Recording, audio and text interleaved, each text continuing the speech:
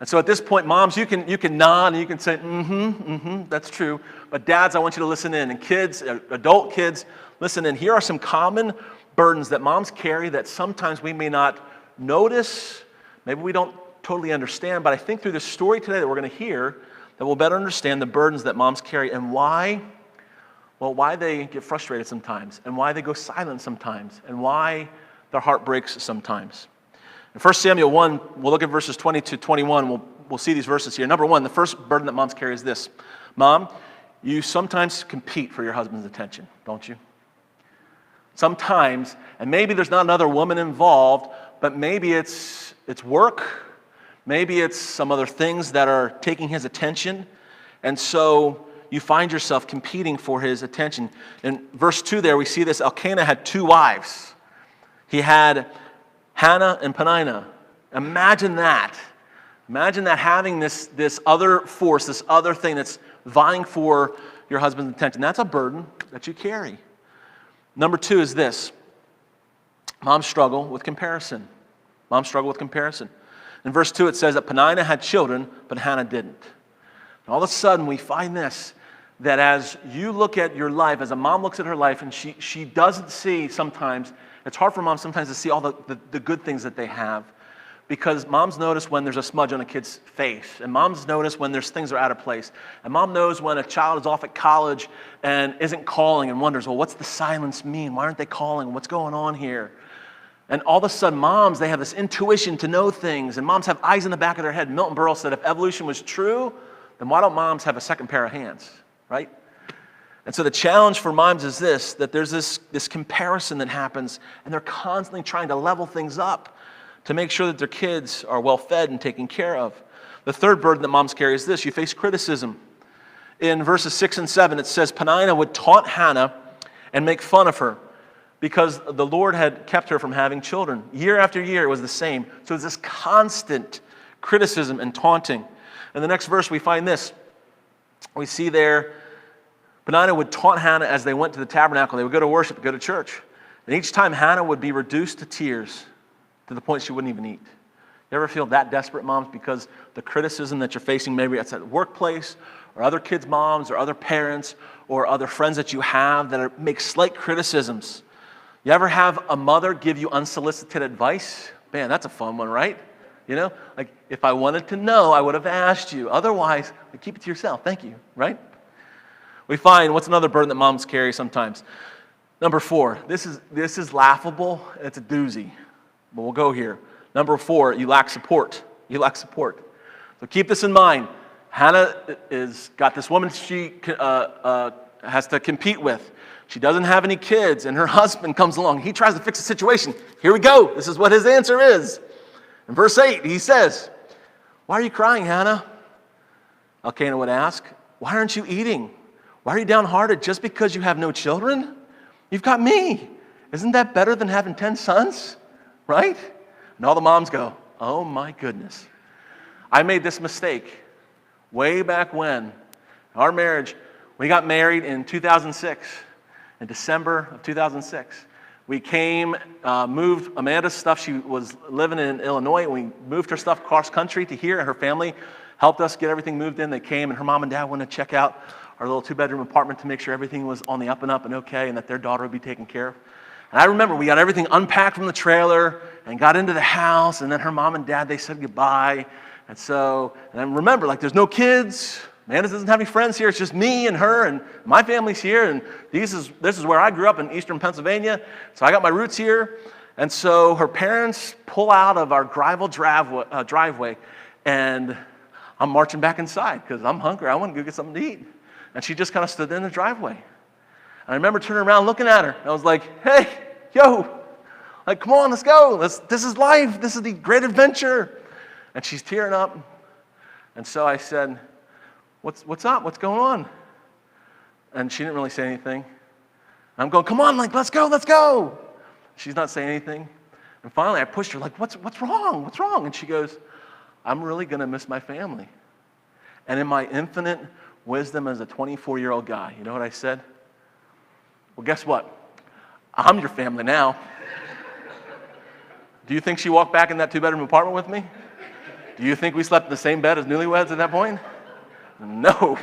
I learned very early on, you just keep asking questions. Don't say anything. Just keep asking questions. Mom, sometimes you lack support. You're struggling. You're doing your dead level best. And sometimes dads and friends and people come in, and when a mom says, hey, this is what I'm struggling with, and instead of us empathizing with you, Mom, we say, well, why don't you try this, or did you think of that? Of course Mother thought of that, because she thinks of everything. And if she would have thought it, she would be doing it right. And so when we try to get our hands in here and try to help Mom out, instead of giving her advice, she just needs support to say, hey, whatever you want me to do, whatever you need help with, I'll be support. And Elkanah missed it big time. Number 5 is this. You feel judged. You feel judged. One of the times on one of the trips that Hannah makes to the tabernacle to pray, it says that she was so burdened in prayer there in verses 12 and 13. She's praying there at church. She's praying to the Lord. And Eli, he's the priest, he's the pastor, if you will. He's kind of there, and he's watching her from a distance and just keeping an eye on her. And look what it says in verse 13. Seeing her lips moving, but hearing no sound, what conclusion would you come to? She's drunk, right? Like she's been drinking. That's the conclusion he came to. I'm sorry, the guys are just missing it in the story here, right? And so Eli, he confronts her and he says, why would you come to church? Being sauced a little bit. How many mimosas have you had? And she says, I haven't drunk anything. I'm praying to God because I don't have a baby. And I desperately want a baby. And she shares her story. And she says, my heart is broken. And you know what his response is? He turns it around. He pulls it out of the gutter. He gets it back on track. And he says, I'm going to pray for you. And God be with you, that God grants you the request of your heart. Number 6 is this. And this kind of goes in line with what we just mentioned. She says, I haven't been drinking. You carry discouragement. I haven't been drinking wine or anything stronger, but I'm very discouraged. I was pouring out my heart to the Lord. I wasn't pouring anything down my throat. I was pouring my heart out to the Lord, right? And then the 7th burden that moms carry sometimes is this, that you beg God, you plead with God, but you aren't sure that he hears. You ever been there? Ever been awake in the middle of the night praying to God for your kid or for a situation in your family? And you're hoping against all hope that maybe God hears you. We find here, it says Hannah was in deep anguish, crying bitterly as she prayed to the Lord. You ever been there? Psalm 55:22 says this, cast your burden on the Lord, and he shall sustain you. Here's the encouragement. Hannah was going to pray big prayers. And here's what happens. You can look there in your notes. When you pray big prayers, God gives big answers. When you pray small prayers, you get small answers. When you pray no prayers, you get no answers. And so the encouragement for us is this. Don't fret. Don't get discouraged when things don't go your way. If you look there on the 3rd page there, when you have worries, sow seeds of prayer. Turn your problems into prayer. This time I'm going to go ahead and have Amanda come. She's going to cover point number 3 for us.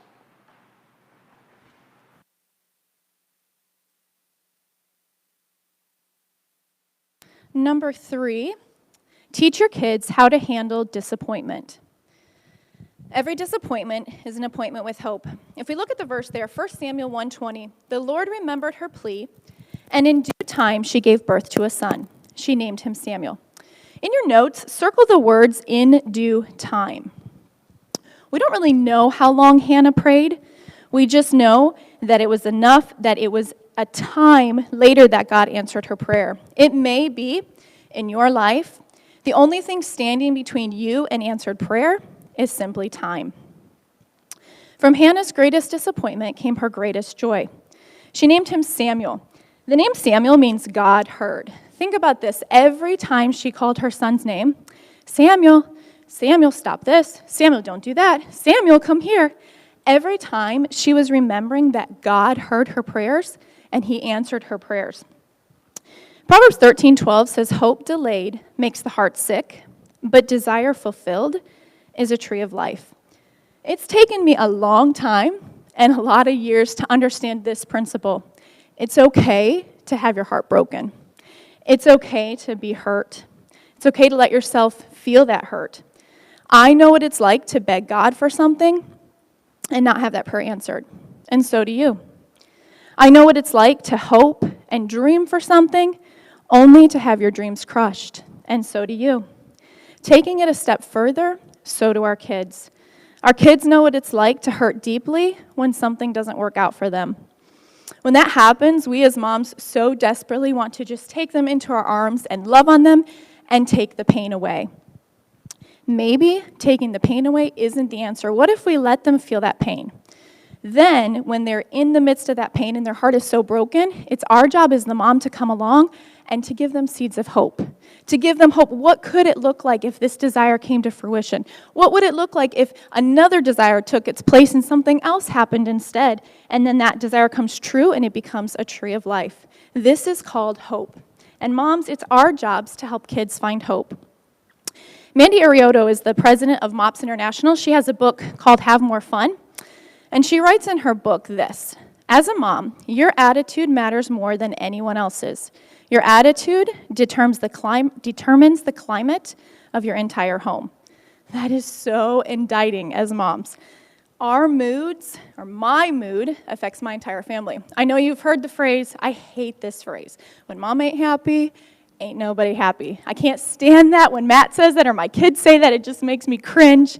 But what if we could put a positive spin on it? We could realize that we, as moms, at any given time, have the power to change the spirit in our home at any given moment. So when you feel disappointed, sow seeds of hope. JJ, if you can put up this picture of this rose bush for me.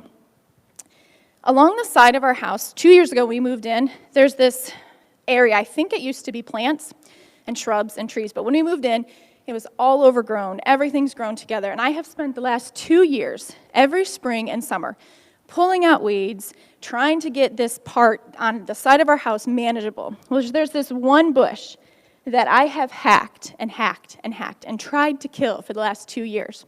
When we came home a couple weeks ago, I laughed because I climbed out of the car. There's literally one branch still left on this bush, alive, and it's budding. And it cracks me up because I have tried to destroy this thing. That right there, that's what it's our job as moms to teach our kids. We want to teach them that no matter what life throws at them, to keep standing.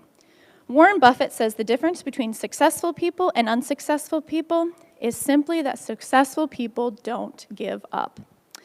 Proverbs 24:16 says, a righteous man falls 7 times and rises up again. It's not if we get knocked down. It's not if our kids are going to get knocked down. It's what happens after we're knocked down. That's what counts. It's choosing to get back up again. It's choosing to hope once again. Remember, hope delayed is not hope denied. Just for the record, we don't say that phrase anymore in our house. We just say, we're happy all the time. We're happy all the time. As you see there, plant a seed of hope. Teach your kids how to handle disappointment. And then number 4 is this, as we come down the home stretch. Number 4, plant a seed of purpose. Make God's purpose the priority for your kid's life. As much as we hear these messages from society and from our friends and from everybody around us, we want our kids to be successful, we want them to be happy, we want them, there's all these things that the world tells us, the society tells us, these are the milestones of what success might be and what our kids should have in their life. But what if it wasn't all true? What if what we're sowing in our kids' lives, what if we're missing the mark? Maybe, I don't know if you heard this in the news this past week, but the 3rd wealthiest guy in the world, he's got a $50 billion trust fund. Bill Gates, like super smart guy, tons of money. His marriage isn't working out. He's great with money, but his marriage isn't going to last. And Jesus says this in the New Testament, what does it profit somebody if they gain the whole world, but they lose their heart, they lose their soul? What would you give in exchange for the heart of your kid, or for the heart of your spouse, the heart of your loved one? What would you give? You give everything, right? If it was a matter of losing somebody and losing a relationship and losing your reputation or losing your testimony and losing your good name, what would you give in exchange for that? Everything. And so the challenge for us is this, Mom, what if it wasn't about making sure your kids had all their needs met? What if it wasn't about making sure that they've got a great education? What if it wasn't about making sure they've got enough money? What if it wasn't about, and those things are good, there's nothing wrong with those things, but what if it was about their purpose, God's purpose for their life? Hannah, after she goes through all these things, where she goes through the taunting and the criticism and the misunderstanding and the begging and the praying to God, and God finally gives her a son. If you look there, we find this in 1 Samuel 1, 26 to 28. She comes back and she says, I'm the very woman, she's speaking to Eli, I'm the very woman who stood here several years ago praying to the Lord. And I asked the Lord to give me this boy, and he has granted my request. She goes on then in verse 28, now I'm giving him to the Lord, and he will belong to the Lord his whole life. That is his life's purpose. Samuel was the last judge of Israel, but he was the first prophet of Israel as well. He was the one to write 1st and 2nd Samuel, those books that we have in the Old Testament. He was the one to anoint King Saul, the very first king of Israel. He was the one to anoint King David, the greatest king of Israel. He had a massive influence on the nation, on an entire nation and generation of people. Why? Because one mom prayed. Because one mom committed her son to God's purposes. Because one mom committed her child to God's plan for their life. You look there in your notes, I love this statement. And here's an encouragement for us. You are not your child's savior. You're not your child's savior. And as much as it pains us to think about that, Jesus, he's the one that fills that role. And so instead of trying over and over again, trying to keep our kids in line and try to give our kids and launch them out for greatness for their life, what if we step back and said this? If you look on the back side of your notes there, what if we said, I'm going to focus on these 5 areas in my kids' lives. I'm going to pray for these 5 areas. I'm going to teach my kids these 5 purposes. I'm going to go ahead and dedicate my child to these 5 purposes. The first purpose is this, to show them how to love God. Mom, you're here today, you're here at church. That's a great step. Showing your kids how to love God. You're just showing up. And sometimes more than speaking up or standing up, it's just showing up. Loving God. Number 2 is this, teach them to love other people. And you do that already. That's inborn in a mother, is to teach our kids to share and to be kind and learn how to relate to their friends and other people, constantly coaching and refereeing relationships. Number 3 is this, the third purpose, encourage them to grow in their faith. Just as much as they grow physically, just as they grow intellectually, just as they grow socially and emotionally, for them to have a relationship with Jesus Christ, to grow in their faith and trust in God. And just like Amanda talked about, one of the biggest challenges for us is to allow our kids, we want them to have a soft place to fall, but we have to allow them to fall sometimes so that they can realize that God has a plan and purpose for their life, and that they need God even more so than mom or dad. They need God in their life. Number 4 is this, train them to serve others. This does not come naturally. It doesn't come naturally for our kids to go ahead and look out for the needs of other people. We have to train that into them, help them realize that you are not the center of the universe. The sun is the center of our solar system, our complex, and you're not the one that everything revolves around. Don't be a consumer in life, be a contributor in life. Number 5 is this, the 5th purpose, to show them, share Jesus. Share Jesus with other people. Share your story. Jesus makes our lives better, and he helps us to be better at life. Mom, what if you could say, you know what? As I'm looking there, I'm doing okay, actually. And to pull the emotion out of it, I want you to take a time out here for just a moment. And sometimes we get so much wrapped in what if and this and that, and we assume things and we wonder and we aren't sure. But if you can look through there, how are you doing in those different areas of encouraging your kids? And you'll find you're a lot further along in the process. You're doing way better than maybe you realize. You're further along. Leave your kids a legacy of release, that you release them to God by committing them to God's purpose for their life. I'm not saying that you go ahead and say, okay, all right, see ya. I'm going to have all your stuff on the front porch tomorrow because Pastor Matt said yesterday I need to release you to God and to the world, and you're moving out. I know you're 10 years old, but hey, tough, right? No, it's this. In our mindset, we've got just a handful of more years with Malachi. We got 7 more years with him, and then it's done. And this season that we're in It's done. Maybe for you, if you've got kids that are already adults and they're already moved on, maybe you got kids that are in high school and college, that you're in that season for a time. Enjoy the season you're in. Enjoy it, soak it in, and let God work in your life, work in and through you. Remember this, there in your notes. Your child was planned for God's pleasure. Your child, when they are in a relationship with God, when they have their purposes are being fulfilled in God, that's when they operate best and healthiest. That's when they'll have healthy relationships with other people. That's when they'll have healthy relationships with maybe your future grandkids or grandkids one day. That'll happen. We find this. The decision that we need to make, number 3, is this, the legacy decision. I will plant a story my kids are proud to tell. I will plant today the stories I tell my kids, how I encourage them, how I help them. I'm going to plant a story today that they'll be proud to tell one day. Let's go ahead and pray. Father God,